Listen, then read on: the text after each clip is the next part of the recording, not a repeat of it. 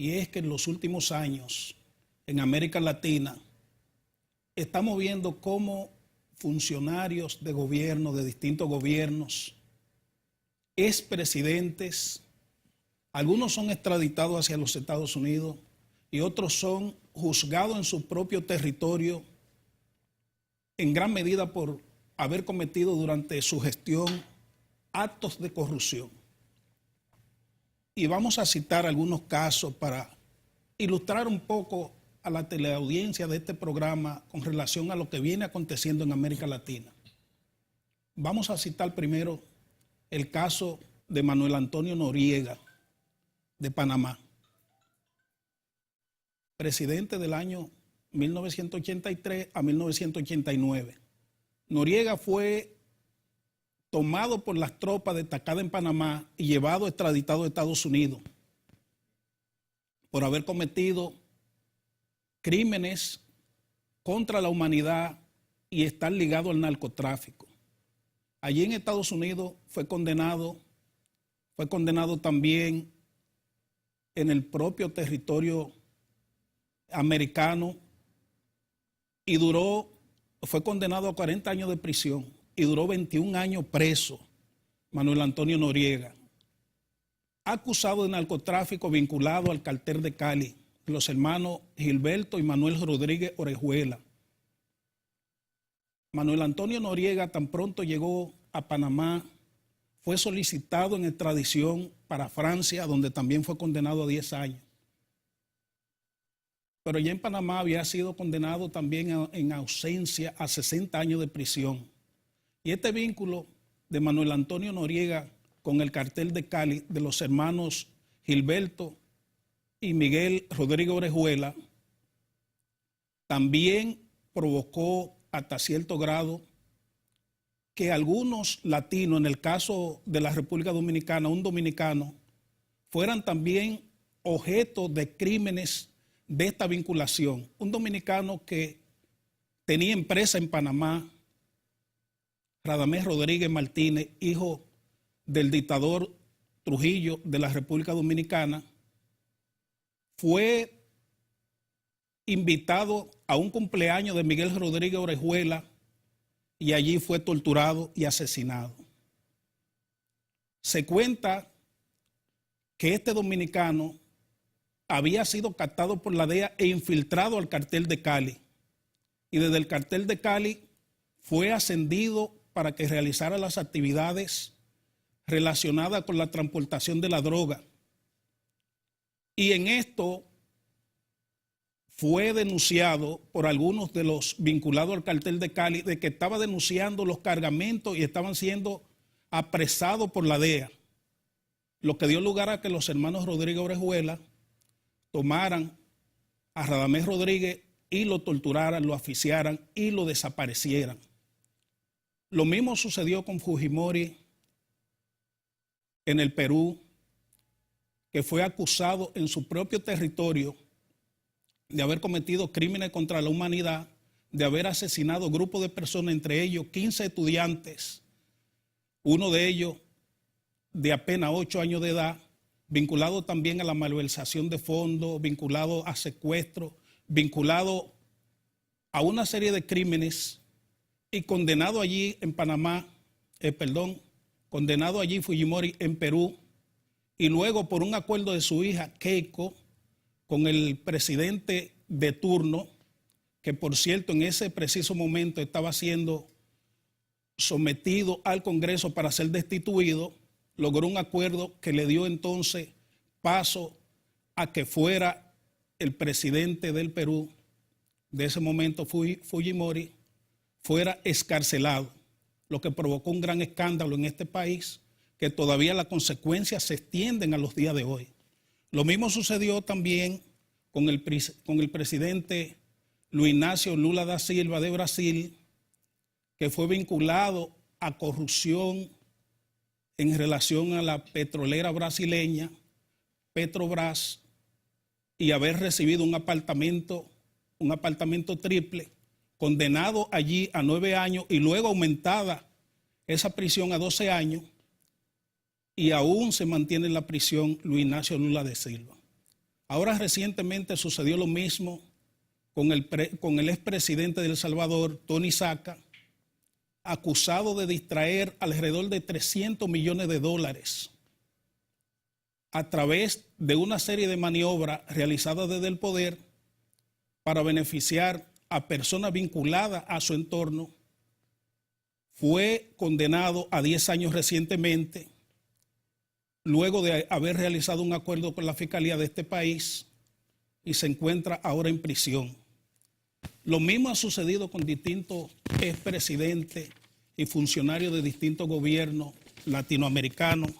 Entre ellos podemos mencionar el caso de Fernando Collor de Mello de Brasil, el caso de Rafael Calleja Romero de Honduras, de Fernando Enrique Cardoso de Brasil, Alan García Pérez del Perú, Ollanta Humala Toso del Perú, Carlos Mauricio Funes Cartagena de Nicaragua, Cristina Fernández de Argentina, Ricardo Martinelli Berrocal de Panamá, Dilma Bana Rousseff de Brasil, Alejandro Toledo Manrique de Perú y Otto Fernando Pérez Molina de Guatemala, entre otros. Lo que queremos decir con esto es que en América Latina se está dando una tendencia de que expresidentes salidos del gobierno han sido acusados de corrupción, sometidos por su propio gobierno y algunos hasta extraditados a los Estados Unidos y han cumplido condena en Estados Unidos y luego enviados a su país donde tienen en muchos casos que volver a cumplir condena. Con esto lo que queremos decir es que hay en toda América Latina una tendencia reciente a que expresidentes salidos del gobierno, algunos de ellos vinculados a casos recientes como el caso de al caso de Odebrecht, están siendo acusados de corrupción, perseguidos y sometidos a la justicia. Lo que indica que para la República Dominicana esto debe ser un reflejo que debe mover a preocupación, porque se han mencionado algunos casos en República Dominicana de personas vinculadas a Odebrecht y a otros casos que también en otros países han dado lugar a sometimiento a la justicia de expresidentes y de funcionarios que han terminado cumpliendo condena en sus respectivos países. Esto da lugar, compadre, a que nosotros, como dominicanos, veamos y recomendemos a las autoridades, a los distintos funcionarios, que tienen que tratar por todos los medios de cumplir con el rigor de la ley y actuar con la mayor transparencia posible. Definitivamente, yo creo que así es. Usted ha hecho una relación de lo que ha estado pasando a nivel de Latinoamérica, por así decirlo, a grandes rasgos, con relación a presidentes que han tenido la oportunidad de gobernar a sus países y que por alguna razón u otra, pues quizás no han sido tan transparentes o han hecho manejos inadecuados. Entonces, ¿qué quiere decir eso? Que la sociedad mundial ha entrado a otra etapa, ha entrado a otro nivel y que ya las cosas de antes no son como antes. Si se entendió lo que quise decir. O sea, ya la era es muy distinta. Hoy hay que ejercer el poder con transparencia, ejercer el poder con la mayor dignidad posible a los fines de favorecer precisamente a la población y a la gente que lo lleva a usted al poder, ¿no? Hay un caso que usted no mencionó aquí también en República Dominicana. Hubo un caso, el doctor Salvador Jorge Blanco, por ejemplo, fue condenado a 20 años de prisión. Exactamente. Entonces, de manera que no es una tendencia. Yo pienso que de pronto es que las cosas han cambiado y ya usted tiene que ser claro. Usted no puede sentarse ahí y yo soy el matatán. No, alguien, como dice Paxi Andión, este cantautor conocidísimo, algún día le pasarán la cuenta. Entonces usted tendrá que responder, eso es así. Así es. El caso, por ejemplo, de Lula da Silva, hay otros casos que de pronto quizás no por aspectos de corrupción o por mal manejo, sino ya por asuntos de geopolítica y por el predominio, ¿no?, de la política internacional de las potencias, en este caso de los Estados Unidos. El caso de Lula da Silva, que dio lugar, por cierto, a que también su predecesora, Dilma Rousseff, fuera destituida, sometida también por corrupción. Pero en el caso de Dilma Rousseff se dio un caso muy, muy especial. Sí. Y es que la persona que promovió su destitución en el Congreso terminó siendo condenada también a 15 años de prisión. Así es. Por corrupción. Pero el caso más emblemático de todo esto es el de Manuel Antonio Noriega. Del Perú. No, de Panamá, sí. Que luego de haber cometido toda esta corrupción, de haber asesinado personas, se vincula al cartel de Cali de los hermanos Rodrigo Orejuela, y cuando llega el momento que Estados Unidos comienza a reclamarle por hecho vinculado a empresa americana de los Estados Unidos, sí, prácticamente le declaró la guerra a los Estados Unidos.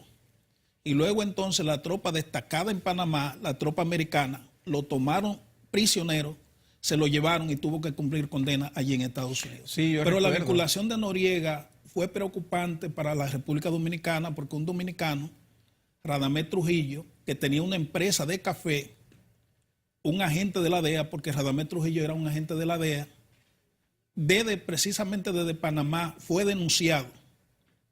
Los hermanos Rodríguez Orejuela tuvieron información de que estaba denunciando la transportación de droga, tomado precisamente en un cumpleaños de Miguel Rodríguez Orejuela, torturado, descuartizado y desaparecido. Nunca se supo del paradero del cuerpo de Radamés Trujillo.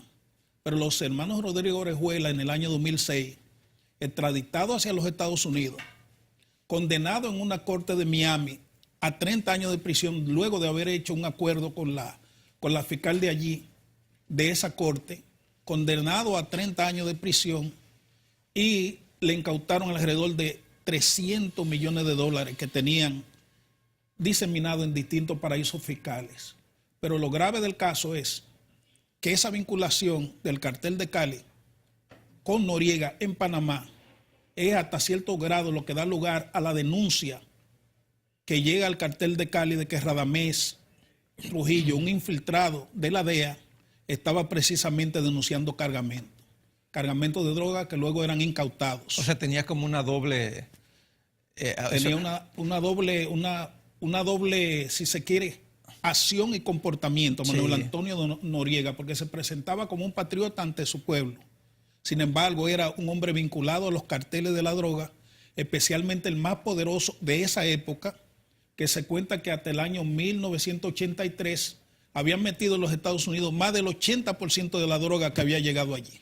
Yo recuerdo precisamente estos hechos y recuerdo muy bien cuando Noriega, frente a un podium, ¿no?, a un ambón, tomó, blandiendo un machete ahí en un discurso bien aguerrido que hizo. Eso lo recuerda toda la humanidad y todos nosotros del área que vivimos esos hechos desde la distancia. Dijo que los panameños iban a resistir hasta el último hombre. Recuerdo muy bien, exactamente. Y fue el primero que se llevaron, no hubo ninguna guerra. Tengo entendido que él tiene una hija aquí, de hecho, una hija, Noriega. Hay una hija de él que, según tengo entendido, vive aquí en Bella Vista, prácticamente desde ese tiempo. Ha sido acogida y vive aquí. De manera que el comentario que usted hace da pie a que usted que quiere ser presidente, aquel que quiere ser presidente, cuando llegue, definitivamente pues debe saber que tiene que hacerlo con transparencia. Y en el caso suyo particular, doctor Castillo, eso me hace pensar ciertamente la rigurosidad con la que usted se manejaba cuando fue presidente de la Cámara de Cuentas y del Tribunal Superior Administrativo. O sea, como decimos en buen dominicano, usted fue siempre muy meticuloso, muy cuidadoso, precisamente para que todo se realice con transparencia. Y usted es un admirador de Duarte. Ya no vamos prácticamente al cambio, porque usted tiene y preserva todavía un cuadro en donde la rendición de cuentas, claro, la primera rendición de cuentas que conoce la historia del país, la realizó Juan Pablo Duarte luego de regresar de la campaña del sur, exactamente. que rindió peso a peso lo que había usado durante esa campaña y devolvió todo lo que... Decía tantos cajones de maíz, tantos de habichuela, tantas cosas. El y así fue. avituallamiento del ejército. Exactamente, todo lo más mínimo. Y unos centavos que le sobraron también lo devolvió. ¿Y por qué no seguir ese ejemplo? ¿Y por qué no seguir el ejemplo del patriota más insigne que nosotros tenemos, que es Juan Pablo Duarte? Bueno, lo dejamos con eso en su mente y en su corazón y vamos arriba con un cambio.